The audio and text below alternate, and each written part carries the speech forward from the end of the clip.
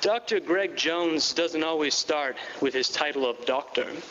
But since his degree is only 2 months old, he reserves the right to put it right there at the front of his name for a little while longer. Besides, Short Brown says you have to call him Dr. Jones. And to think, the history prof doesn't even like those movies. Hailing from has-been steel town Ambridge, Pennsylvania, Dr. Jones is a Geneva College alum. He added credentials to his resume at a few other schools. But most importantly, lives with his wife Jen and their daughter Sadie in Ravenna, Ohio. Ravenna? Yeah? All right. When he's not doing the work of the historian, he reviews music, plays video games, and occasionally writes creatively. But this is his first time sharing that creative work, so give him a good beat. Dr. Jones. To think I wrote most of these before I started teaching Humanities 203. Now I just keep thinking cosmology and all these big hard questions. The next poem that I'm going to read, I actually wrote on Christmas Eve, but it's not a very Christmassy kind of sentiment. It's not about one person, so if you're a close friend of mine, don't try to figure out who this person is. It's kind of a collection of people and emotion, really. And it's my feeling that most people know someone who fits this description. It's called Dirty and Beautiful. She was dirty and beautiful, different than her well-to-do neighbors. She smelled of smoke, body covered with adorning art, echoes of her barely beating heart. She wandered, but not hopelessly. She had purpose beat. Rhythm and rhyme defined her time. She was an artist of the valley, a lily outshining the others in her field. But the dirt she let define her. The fire could not refine her. Instead of the beauty, she focused on the wilt. Instead of vibrant color, she embraced her dead petals. Dance, maiden, for the Lord rejoices. Sing, girl, for the Lord listens. Paint the vistas of your imagination. Where some see dirt, he only sees beautiful.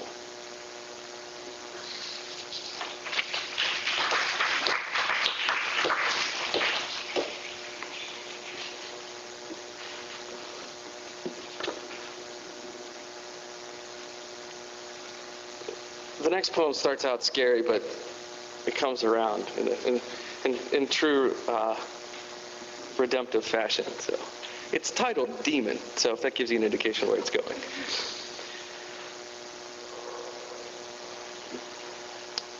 I've got a demon, an unwelcome guest in my subconscious. He's a demon and I hate him. Conjures up images I never should have seen, recounts actions I ought not to have taken. He is a demon and I hate him.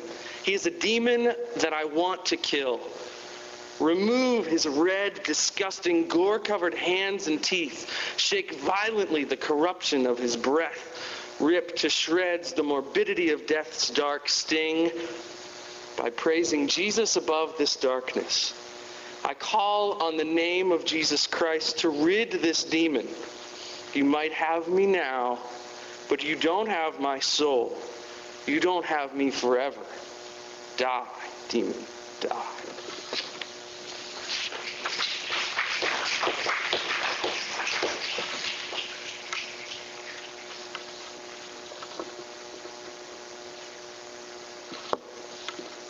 Now be a little happier.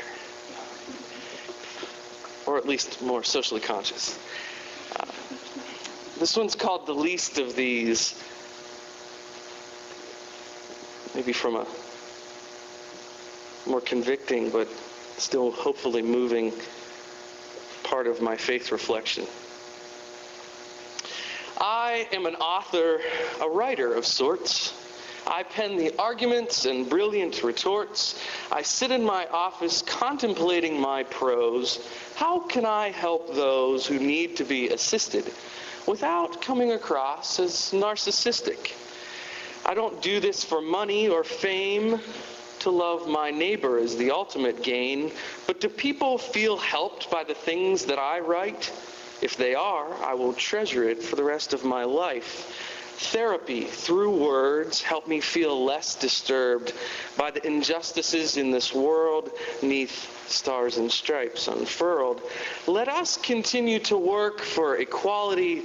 Let us labor for the least of these.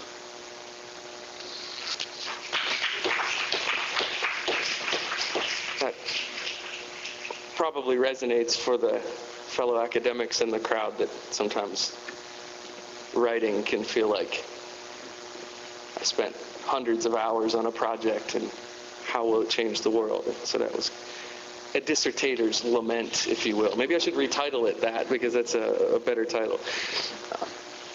My last poem, I'm going to read one more poem, and then I have a prose piece that will hopefully resonate with some. But this last poem is called Divine Kingdom. Believe the chatter, the clatter, the pitter-patter of words, so annoying, frustrating, increase my heart palpitating. What can we do to end this? We must destroy the evil so stupendous, suspend it, transcend it. They hardly even comprehended what they were doing to us. They cry, "What's the fuss?"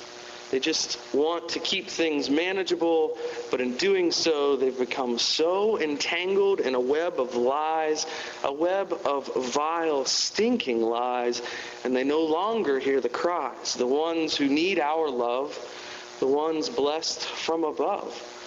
Doesn't Jesus say, "Let the children come to me"? How can we let them go hungry? Who cares what their mothers and fathers have done? They need a safe place to run. Rise above it. Move beyond your prejudice. There's no more noble goal than this: to love one another, especially God's children. A divine kingdom we will then be building.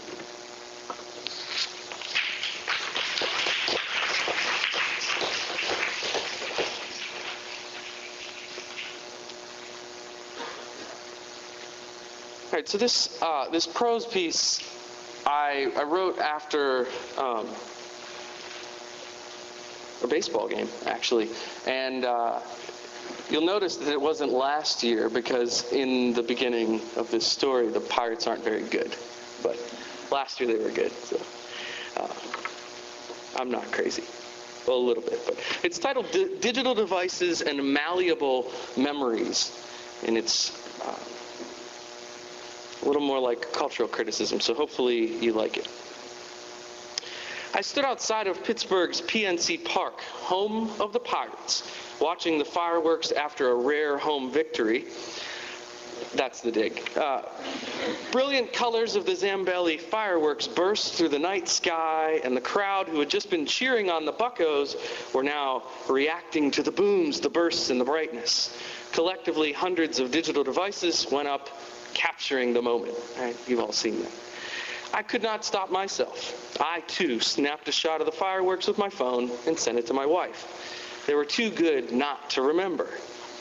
That memory could have made it home with me. I could have just told her, hey, there were fireworks. Did the pixelated miniature do the vibrant colors justice? Of course not. Yet I felt the need to capture and share the image with someone that I loved. It occurred to me both before and after this event that we experience memory differently now that we have digital devices. Really, this is a recent phenomenon. Just as the television certainly changed the way the Americans reacted to the Vietnam War and other 20th century phenomenon, mobile phones have drastically altered business, education, and myriad other industries. Now they have crept into the way we remember things. Smartphones, it seems, may not be making us smarter at all. They may be clouding our memories. It often irritates me at weddings when normal service attendees feel the need to take a million pictures. Sorry if you're that person, but I've personally done this, but it really is quite silly. The bride and groom paid an astronomical amount of money for a professional to do that exact job. It is your role as a guest to take in the service and show your support of the couple. They're getting married before, quote, God and these witnesses, not the paparazzi. We might capture other angles, moments that the professional will not get, but more often than not, we're just missing out on the event itself and the emotion that it encapsulates. Now, we save moments in a way that prevents us from really immersing ourselves in the experience itself. I've watched parents focusing on recording sporting events, musical performances, and other marquee moments in their child's lives. Instead of taking in the sensory experience of the crack of the bat or the slightly off-key solo, parents and audiences instead make a point of recording the event for posterity. People take in monumental experiences through the tiny viewfinders of their cameras, rather than breathing in the air of a performance. This might be a problem in the way that we remember life. Some of my life's finest moments were not really as fine as I remember them. It is at times the non-glory that makes the memory great. The cliche trials of childhood, such as walking uphill both ways, are just as important as the triumphs. Our childhood memories should be just that, memories, not chronicled and organized.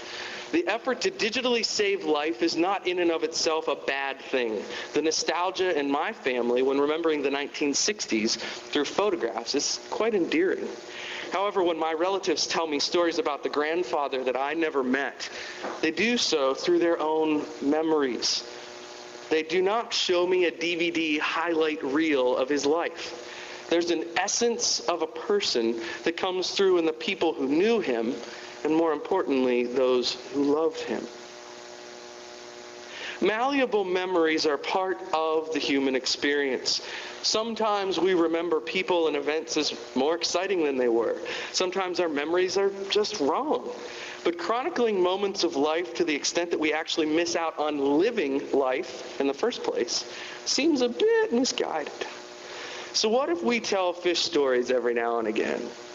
It's not necessary to have digital proof of the size of the fish. In fact, I guarantee it's a better story if the fight lasted a little longer and if the fish was just a few inches larger. These changes, in fact, are often not malicious. They merely alter the way in which we relive our experiences in our minds and in our hearts. Digital devices exist for humans to improve quality of life. In particular, they help us make the world a smaller place. They have helped put criminals behind bars, instigate democratic revolutions, and create scandals aplenty among the political elite. Phones allow us to communicate in new and exciting ways. They also, unfortunately, leave us face-planted in text messages. They have us talking aloud to a wireless set while standing next to our neighbors. They drastically alter the way we live our lives, often fueling further disconnection from the people that might make our lives more fulfilling. As you embrace technology and move into the quote-unquote next best thing, including the wonderful world of the internet, remember to take time to enjoy that which life has to give. Listen to music and don't record it. Watch a sunset without snapping a picture. Recite a poem for the ones you love without saving it for posterity. Someday, perhaps one of the youngsters hearing or watching these moments will remember you not for the exact replica of your performance, but for the person who you are.